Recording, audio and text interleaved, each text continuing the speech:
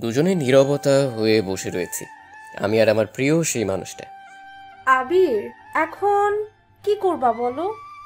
তুমি কি করতে চাও বলো? চলো পালিয়ে যাই।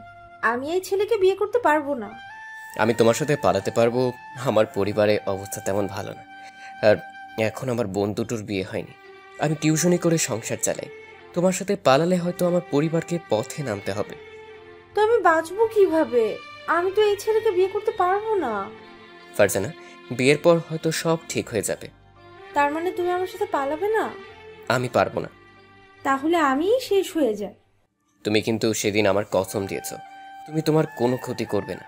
পালাবে যখন না, তখন আমার কিছু কথা রাখবে। কি কথা বলো? কোনোদিন মন খারাপ করবে না। যখনই আমার কথা মনে পড়বে, আমার ছবি দেখবে। আর আমাকে যদি তোমার মনে পড়ে, তাহলে আমাকে নিয়ে ডায়েরিতে লিখবে। ঠিক আছে। শেষবারের মতো আমাকে একটু জড়িয়ে ধরবে। আমি ফারজানার কাছে চলে গেলাম, যাওয়ার সাথে সাথে ও আমাকে জড়িয়ে ধরলো। কোনোদিন কাঁদবে না, একদম মন খারাপ করবে না। তোমাকে দুনিয়াতে পেলাম না, মরার পরে যেন আমি তোমাকেই পাই। এটা বলে ফারজানা চোখের পানি মুছতে মুছতে চলে গেল। আমার চোখ দিয়ে পানি ঝরতে লাগলো। আসলে কাল ফারজানার বিয়ে, ওর সাথে আমার এই 2 বছরের সম্পর্ক। আমিও বাড়ির দিকে রওনা দিলাম। অবশেষে ওর বিয়েটা হয়ে গেল। আমি দূর থেকে ওর বিয়েটা দেখছি। আজ আমিও এভাবে ওর সাথে থাকতে পারতাম, কিন্তু সব ভালোবাসা তো পূর্ণতা পায় না। আজ ফারজানা বিয়ে, 3 বছর। এই 3 বছরে ওর সাথে কোনো কথা হয়নি।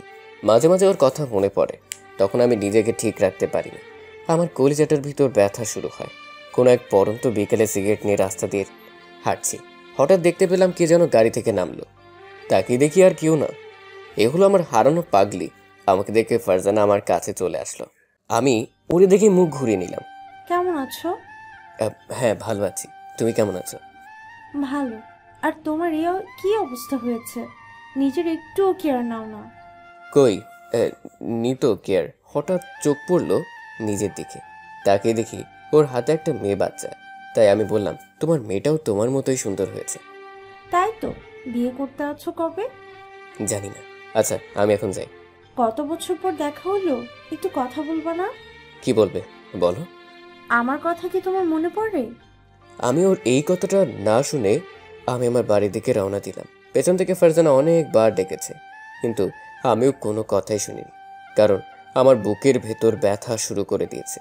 আসার সময় ভাবছি, তোকে আমি এখনো ভালোবাসিনি পাগলি। তার জন্য এখনো বিয়ে করিনি। পরিবারের জন্য এভাবে হাজার সম্পর্ক শেষ হয়ে যেতে আছে। সবাই আশা করে একজনকে সারা জীবনের জন্য পেতে চায়, ভালোবাসে, কিন্তু কিছু কিছু সম্পর্ক এভাবেই শেষ হয়ে যায়। এটা আমি জীবনে ঘটে যাওয়া একটা ঘটনা। আমার সাথে 80% মিল রেখে লেখা। আমি আমার প্রিয় মানুষটাকে হারিয়ে ফেলেছি।